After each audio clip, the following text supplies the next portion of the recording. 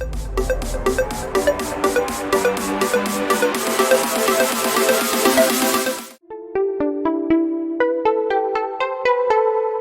morning everybody, Graham once again from Unearthed, and what a perfect morning to do a guide to metal detecting part 2.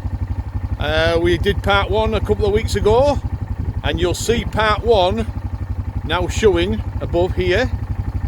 If you can just see that link there, that's part 1. If you've missed it, this is going to be part 2, and we'll be talking a little bit more about permissions, what to do once you get on your first permission, that sort of talk. So stay tuned folks, we're on the quad. We're going to set off, if I put it into gear that is. Right, we're in gear. Let's get down to these fields and start the film. Should be a good day today, the wind's not too bad. He says going over about 300 molehills. I will have to get a mole catcher in at some point. But the weather is absolutely perfect. I actually should be detecting today, but I've not had a lot of luck this week with different things going on, so I've knocked my own detecting session on the head, but it's perfect opportunity folks to do part 2. So I'll catch you when I'm set up and ready. Let's enjoy it. Right everybody, we're here finally in position. The sun's shining and the wind is actually dropped, which is highly unusual for Cumbria this time of the year. So let's make hay while the sun shines, as they say. For those Take 2, here we go again. Right, for those that watched part 1 of A Guide to Metal Detecting will find this particular film of use. Now this is obviously part 2. It's a follow-on from the part 1, which you'll see up here. Those that have missed part 1, you can get it off this link.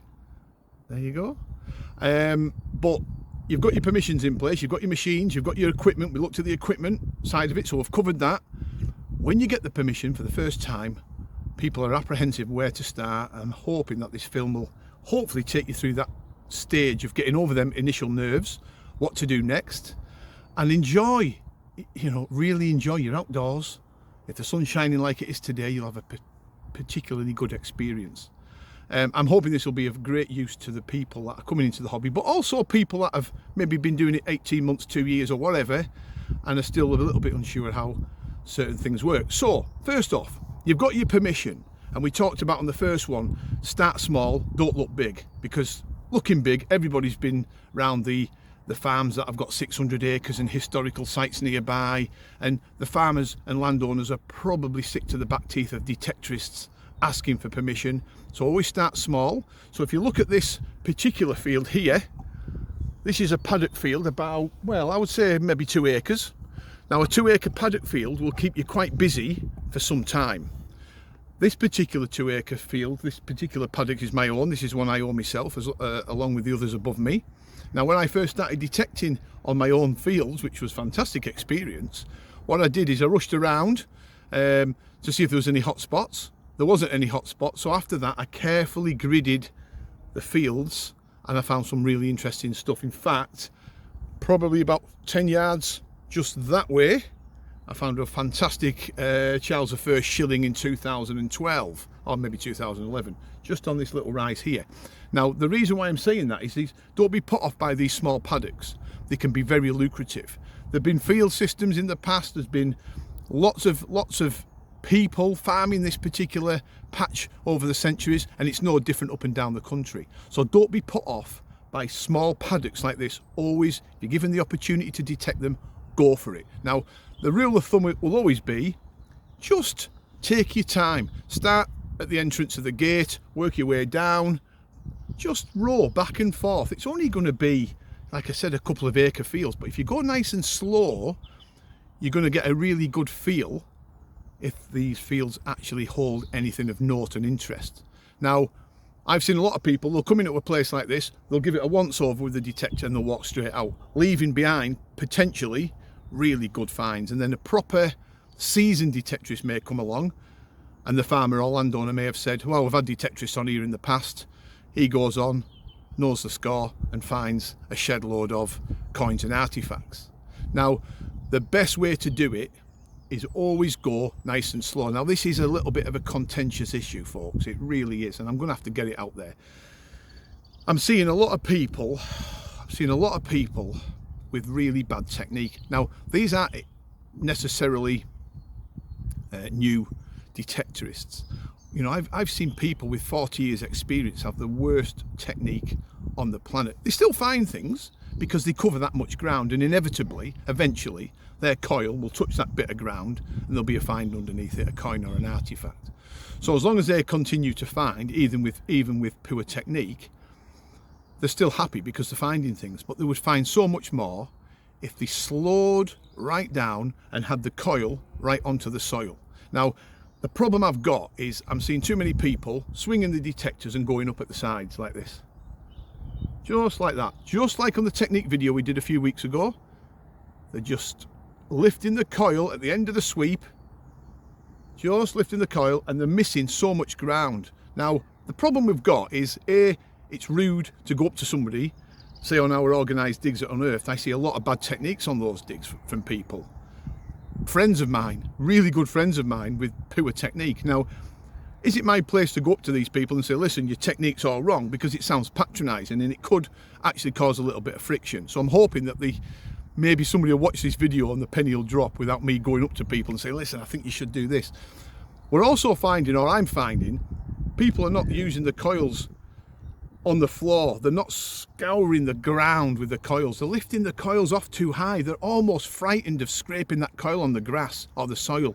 Don't worry about it. The coils have got coil covers on the bottom of them to protect them from scratches, sharp objects, etc, etc. So make sure you really scrape that ground as you're detecting, nice and slow. Now, we're finding probably the reason why a lot of people go too quick is because they've been using machines, lightweight machines, very fast processor, single frequency machines, very lightweight, and been swinging them around for the last 4 or 5 years. And then they've gone over to maybe a multi-frequency machine which demands slow, low detecting technique, and they think they can do the same. So they think they can swing maybe a full multi-frequency detector the same as their old lightweight detector, and that's not the case. Some people have to educate themselves really to learn their technique once again away from their first detectors. Now, doing that, you'll increase your finds rate, and detecting's all about finds. Ignore the people that say, oh, I only go out for fresh air. Now, if you're only going to go out with fresh air, you may as well go and walk the dog.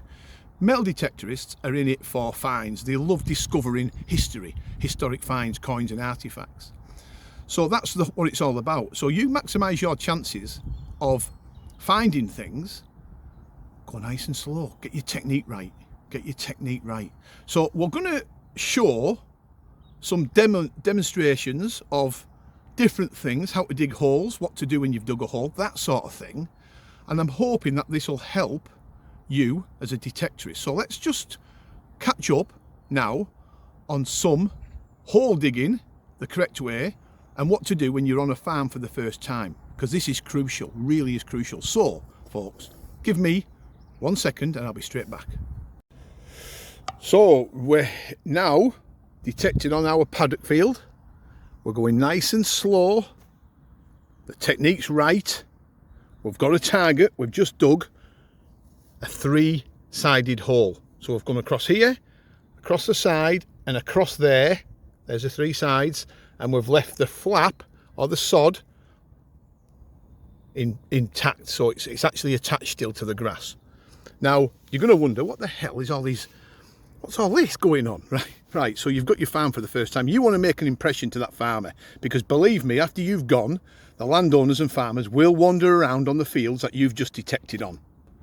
Make no bones about it. If you've made a mess, your chances of getting back on that farm are reduced by probably 90%, unless you've caught them on a good day. But believe me, they don't want to see a mess. So what we've got going on here is a multitude of things.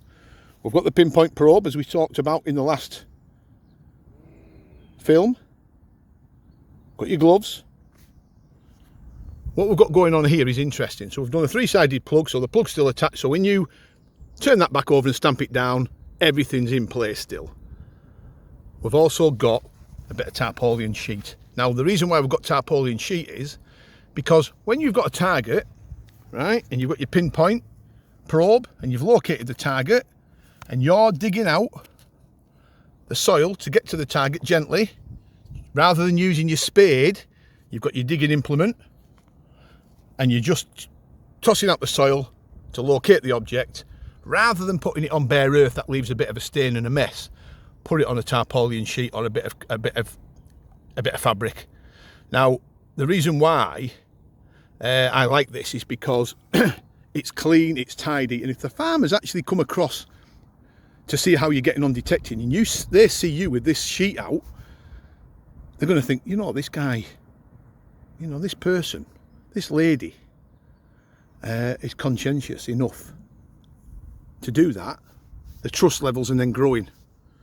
They know you're doing everything by the book. Now, what I've done here is we've got this bit of sheet, as you can see. We've got the eyelets there.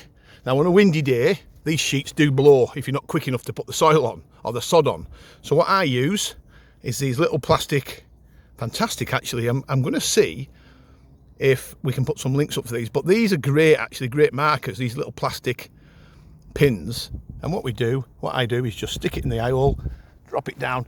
The wind's not going to catch that and blow. I've got another one there, look. They're really handy, really, really handy. So you've done that, you've got your coin and object out, okay? Then you can put all the soil back in, you can put the sod back over, patting it down.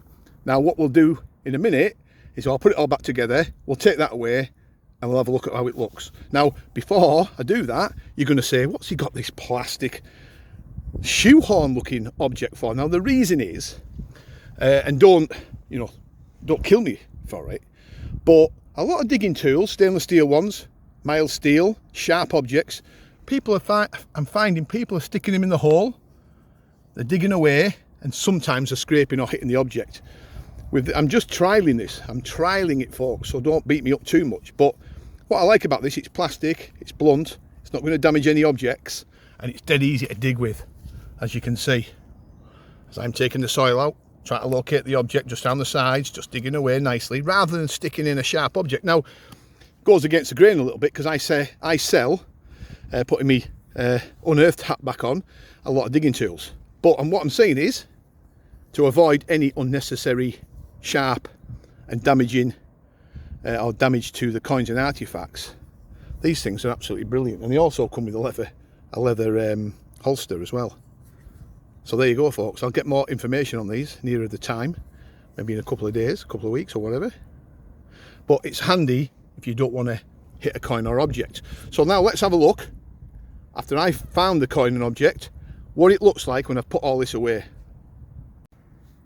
Right, so soil's gone back in, pins are out, the tarpaulin sheet or the fabric, I should say it's more of a fabric, has been folded over, everything's on there, and there is where the hole was with the soil. Now, it's a lot neater than having a big muddy stain of soil above where you had the plug.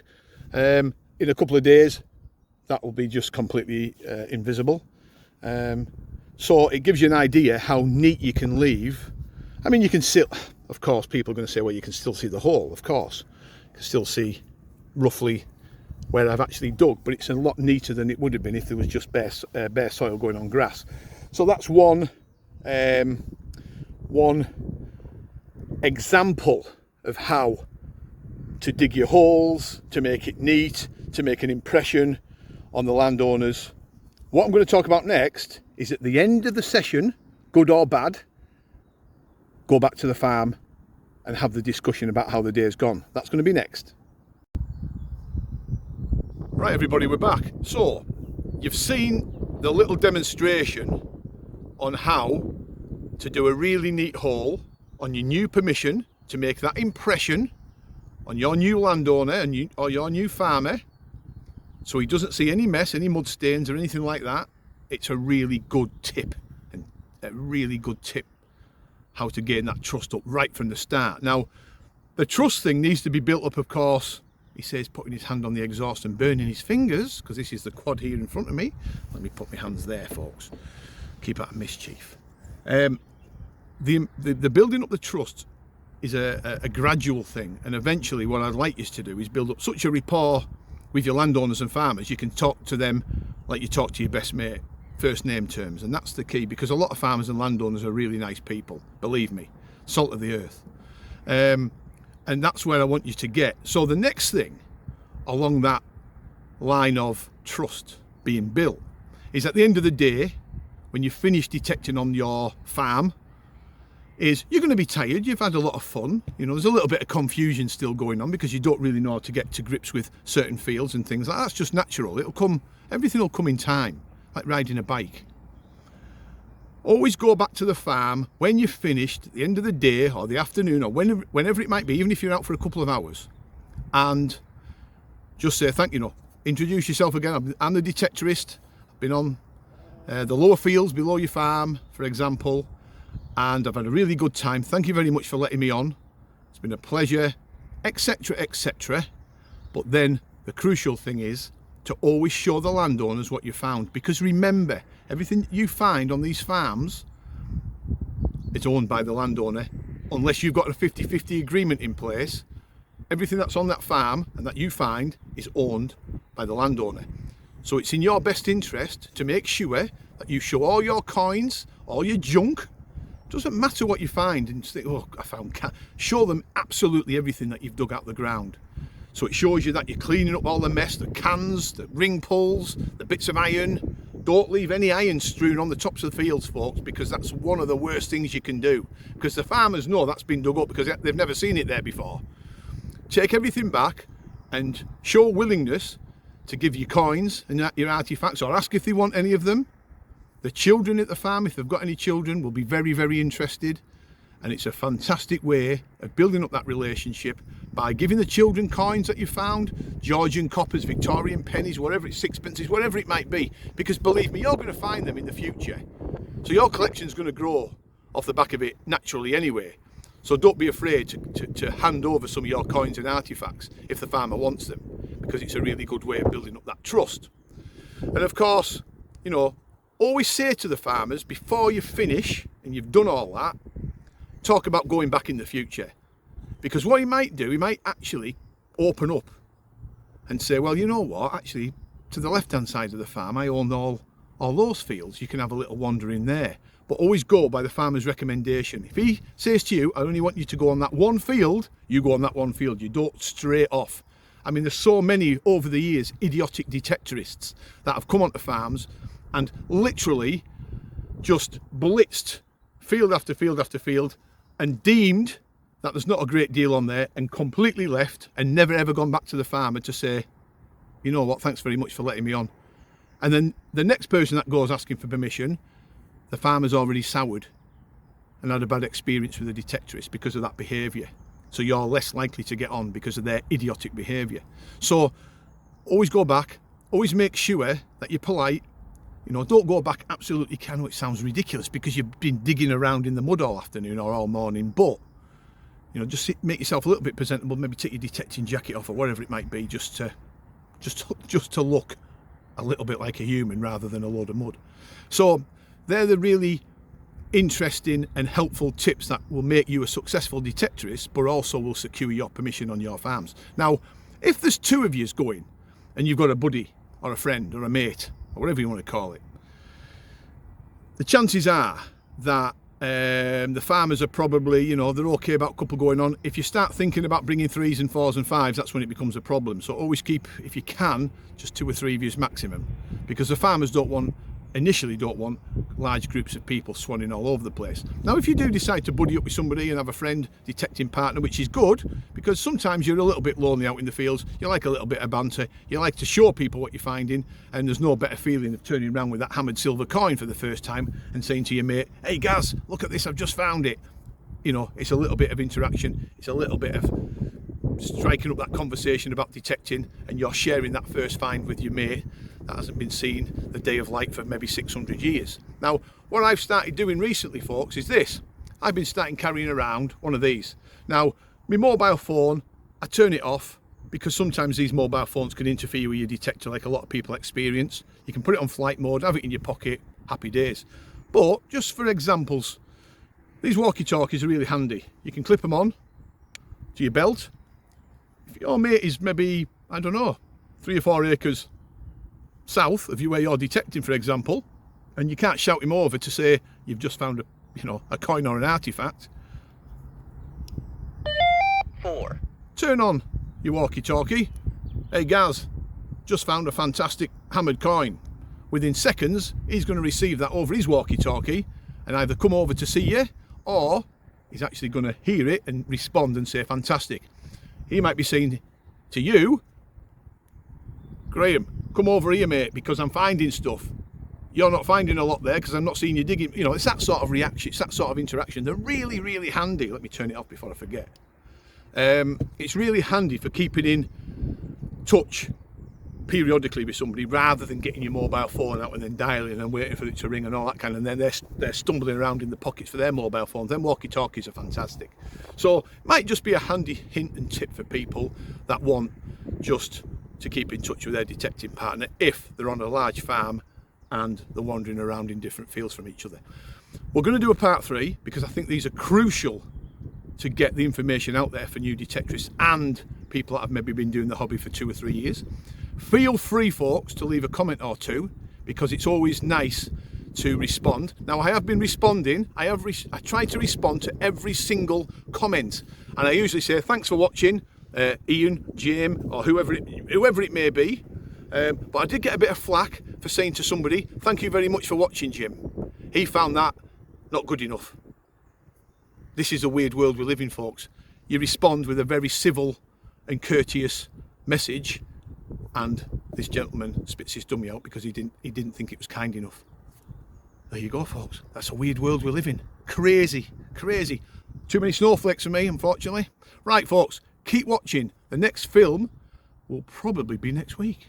Have a great weekend, and I'll see you very soon.